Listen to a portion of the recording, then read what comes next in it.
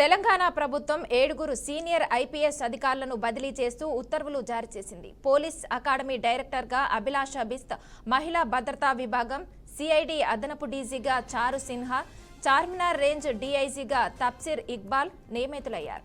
శిఖా Goyal FSL cyber security bureau డైరెక్టర్గా కొనసాగనున్నారు.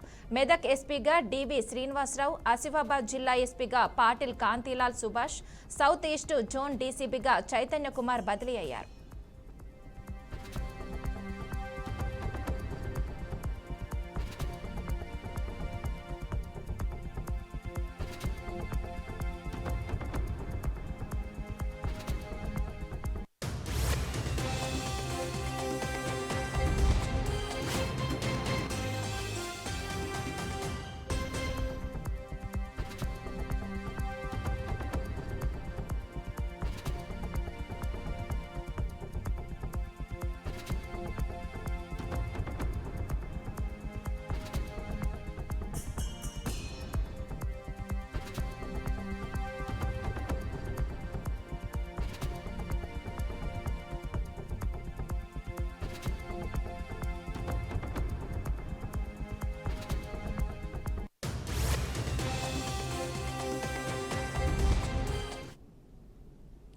తెలంగాణ ప్రభుత్వం 7 senior IPS అధికారులను బదిలీ చేస్తూ ఉత్తర్వులు జారీ చేసింది. పోలీస్ అకాడమీ డైరెక్టర్గా అభిలాష బిస్త్, మహిళా భద్రతా విభాగం సిఐడి అదనపు డీజీగా చారు సిన్హా, చార్మినార్ రేంజ్ డీఐజీగా తప్సిర్ ఇక్బాల్ నియమితులయ్యారు. ఇక Shikha Goyal FSL cyber security bureau డైరెక్టర్గా కొనసాగుతున్నారు. మెదక్ ఎస్పీగా డివి శ్రీనివాసరావు, ఆసిఫాబాద్ జిల్లా ఎస్పీగా Patil Kantilal Subhash, south east zone డీసీపీగా చైతన్య కుమార్ బదిలీ అయ్యారు.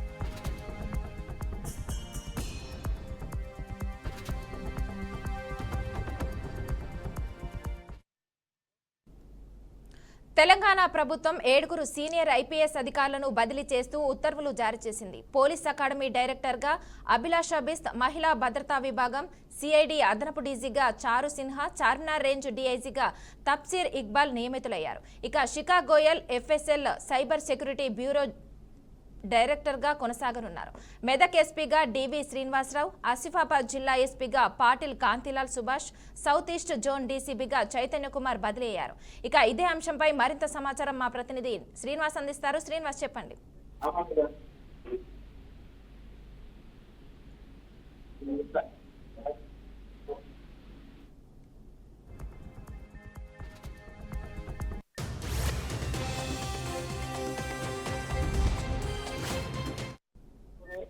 ఐపీఎస్ అధికారులను బదిలీ చేయడం జరిగింది. దీనికి సంబంధించి చూసినట్లయితే పోలీస్ అకాడమీ డైరెక్టర్ గా అభిలాష్ బిస్త్ నియమించడం జరిగింది. మహిళా భద్రత అండ్ సిఐడి అదనపు డీజీపీగా సింహాన్ కూడా బదిలీ చేస్తూ ఉత్తర్వులు కూడా జారీ చేయడం జరిగింది. వీరితో పాటు సైబర్ సెక్యూరిటీ బ్యూరో డైరెక్టర్ గాను శిఖా గోయల్ కూడా బదిలీ కావడం జరిగింది. చార్మినార్ రేంజ్ డీఐజీగా తప్సిర్ నియమించారు. మెదక్ ఎస్పీగా డివి శ్రీనివాసరావును బదిలీ చేయడం జరిగింది. ఆఫీస్ ఎస్పీ గాను political corridor Subhash, south zone DGP గాను చైతన్య కుమార్ బదిలీ చేస్తూ 7 ఐపీఎస్ అధికారులను బదిలీ చేస్తూ ఉత్తర్వులు అయితే జారీ చేయడం జరిగింది. దీనికి సంబంధించి తెలంగాణ వ్యాప్తంగా ఐపీఎస్ అధికారులను బదిలీ చేయడంతో ఒక్కసారిగా వివిధ హోదాలో పనిచేస్తున్న అధికారులను బదిలీ చేయడం అయితే జరిగింది. Okay, thank you Srinivas.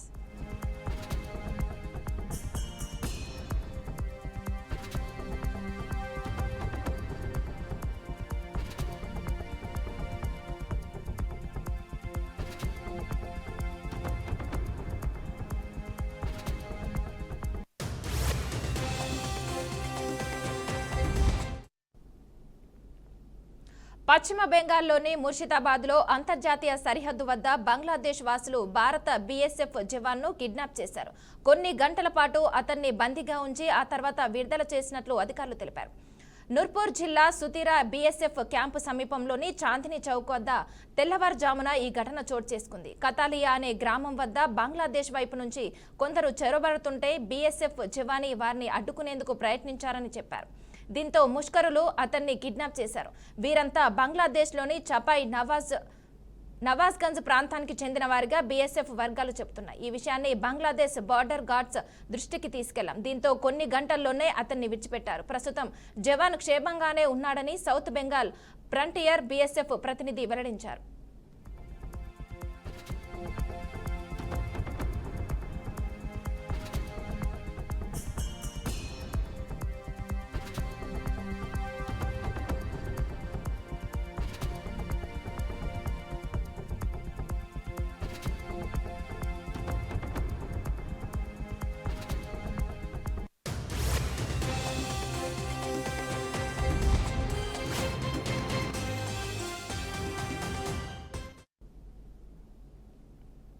Hydraa అధికారులు మరోసారి బుల్డోజర్లను పనిచెప్పారు. అల్వాల్లోని చిన్నరాయని చెరువులో ఆక్రమణలు కూల్చివేస్తున్నారు. గురువారం ఉదయాన్నే బుల్డోజర్లు ఎక్స్కావేటర్లతో చిన్నరాయని చెరువు వద్దకు చేరిన హైడ్రా సిబ్బంది చెరువు ఎఫ్టీఎల్ పరిధిలో అక్రమంగా నిర్మించిన భవనాలను నేలమట్టం చేస్తున్నారు. ఇప్పటికే 3 భవన నిర్మాణాలను కూల్చివేశారు. ఈ క్రమంలో నిర్మాణదారులకు హైడ్రా అధికారులకు మధ్య స్వల్ప వాగ్వాదం చోటు చేసుకుంది. ఈ నేపథ్యంలో పెద్ద సంఖ్యలో పోలీసులు హైడ్రా సిబ్బంది అక్కడ మోహరించారు. ఎఫ్టీఎల్ పరిధిలో భవన నిర్మాణాలపై స్థానికులు హైడ్రాకు ఫిర్యాదు చేయడంతో కూల్చివేతలు చేపట్టారు.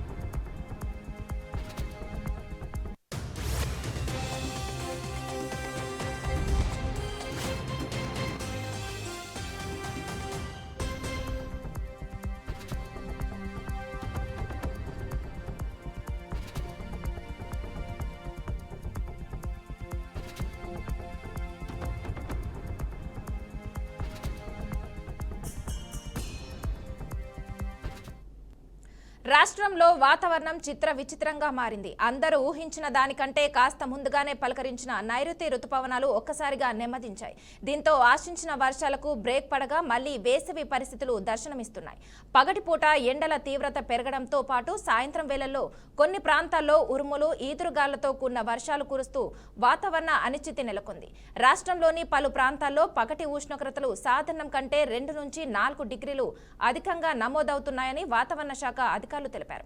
కొన్ని చోట్ల ఉష్ణోగ్రతలు 38 నుంచి 40 డిగ్రీల సెల్సియస్ వరకు చేరుకుంటున్నాయని వెల్లడించారు. ఈ నెల 10వ తేదీ తర్వాతే రుతుపవనాల్లో మళ్లీ కదలిక వచ్చి అవి చురుగ్గా మారే అవకాశం ఉందని వాతావరణ శాఖ అంచనా వేస్తుంది. రానున్న 2-3 రోజుల పాటు రాష్ట్రంలోని చాలా ప్రాంతాల్లో వేడి వాతావరణమే కొనసాగుతుందని అధికారులు తెలిపారు. ఈ రోజుల్లో పగటి ఉష్ణోగ్రతలు 36 నుంచి 40 డిగ్రీల మధ్య నమోదయ్యే అవకాశం ఉందని పేర్కొన్నారు. అయితే రుతుపవనాలు విస్తరించే క్రమంలో ఇలా మధ్యలో కొన్ని రోజుల పాటు విరామం తీసుకోవడం అనేది సాధారణ ప్రక్రియనని ఆందోళన చెందాల్సిన అవసరం లేదని వాతావరణ శాఖ నిపుణులు వివరిస్తున్నారు.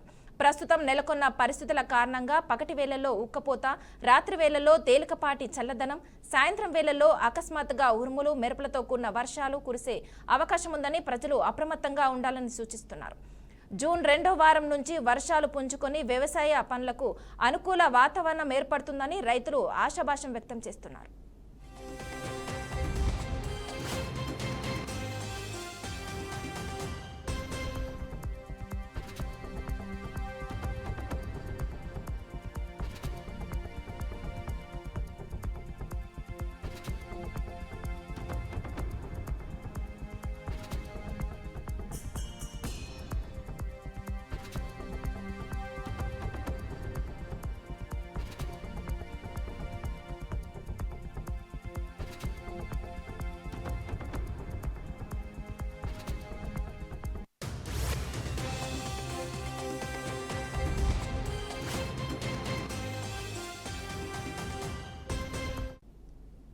రంగారెడ్డి జిల్లా చేవెళ్లలో విషాదం చోటు చేసుకుంది. ఎర్రవల్లికి చెందిన గణేష్ అనే వ్యక్తి ఆత్మహత్యకు పాల్పడ్డాడు. వెల్పన్ కంపెనీలో ఉద్యోగం చేసుకుంటూ గణేష్ జీవనం సాగిస్తున్నాడు. ఆర్థిక ఇబ్బందులతో మనోవేదనకు గురై సూసైడ్ చేసుకున్నట్లు గ్రామస్తులు తెలిపారు. సమాచారం అందుకున్న పోలీసులు ఘటనా స్థలానికి చేరుకున్నారు. ఘటనపై కేసు నమోదు చేసి దర్యాప్తు చేపట్టారు.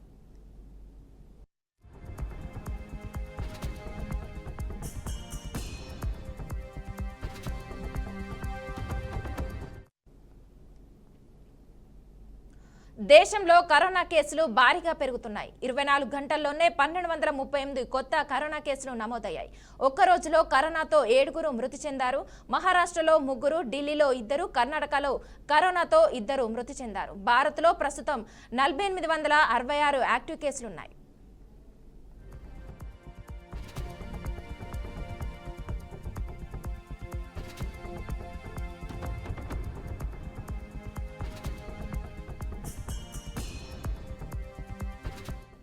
దేశంలో కరోనా కేసులు భారీగా పెరుగుతున్నాయి. 24 గంటల్లోనే 1238 కొత్త కరోనా కేసులు నమోదయ్యాయి. ఒక్క రోజులో కరోనాతో 7 మృతి చెందారు. మహారాష్ట్రలో 3, ఢిల్లీలో 2, కర్ణాటకలో 2 మృతి చెందారు. భారత్లో ప్రస్తుతం 4866 యాక్టివ్ కేసులున్నాయి.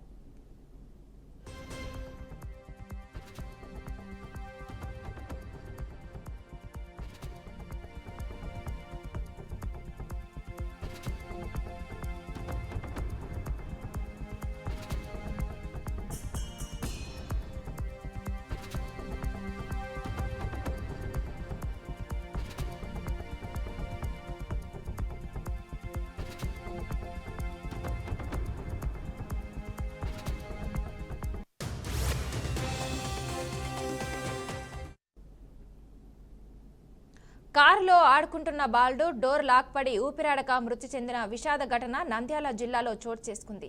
దోరపల్లి గ్రామానికి చెందిన ఈశ్వర్ అనే బాలుడు భోజనం చేసిన తర్వాత ఆడుకోవడానికి బయటకు వెళ్లాడని తల్లిదండ్రులు చెప్పారు.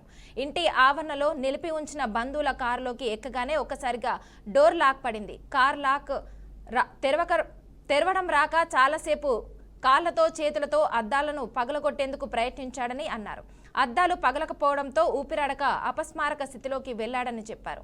ఈశ్వర్ కనిపించకపోవడంతో కుటుంబ సభ్యులు వెతకడం ప్రారంభించారు. ఇక సుమారు 3 గంటల తర్వాత బాలుడు కారులో ఉన్నట్లు గుర్తించి ఆసుపత్రికి తీసుకెళ్లగా అప్పటికే మృతి చెందినట్లు వైద్యులు నిర్ధారించారు.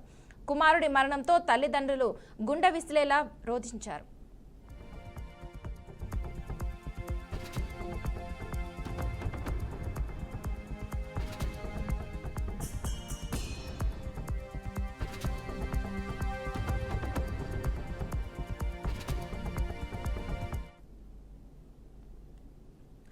నెల్లూరు జిల్లాలో ఘోర రోడ్డు ప్రమాదం చోటు చేసుకుంది. ఆత్మకూరు మండలం ఏఎస్పేట అడ్డ రోడ్డు వద్ద వేగంగా వస్తున్న కారు ఆటోను ఢీకొట్టింది. వెంకట్రావుపల్లి నుంచి తెల్లపాడుకు వెళ్తున్న కూలీలు ప్రమాదానికి గురయ్యారు. ప్రమాదంలో 4 అక్కడికక్కడే మృతి చెందగా మరో 8 మందికి తీవ్ర గాయాలయ్యాయి. క్షతగాతులను స్థానికులు హుటాహుటిన ఆసుపత్రికి తరలించారు.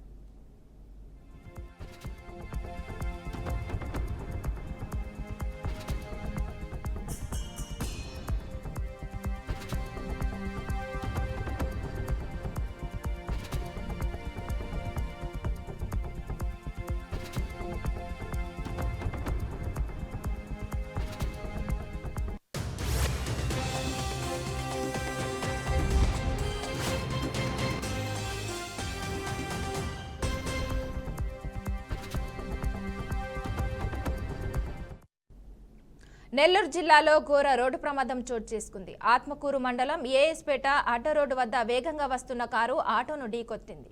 వెంకట్రావుపల్లి నుంచి తెల్లపాడుకు వెళ్తున్న కూలీలు ప్రమాదానికి గురయ్యారు. ప్రమాదంలో 4 అక్కడికక్కడే మృతి చెందగా మరో 8 మందికి తీవ్ర గాయాలయ్యాయి. క్షతగాతులను స్థానికులు హుటాహుటిన ఆసుపత్రికి తరలించారు.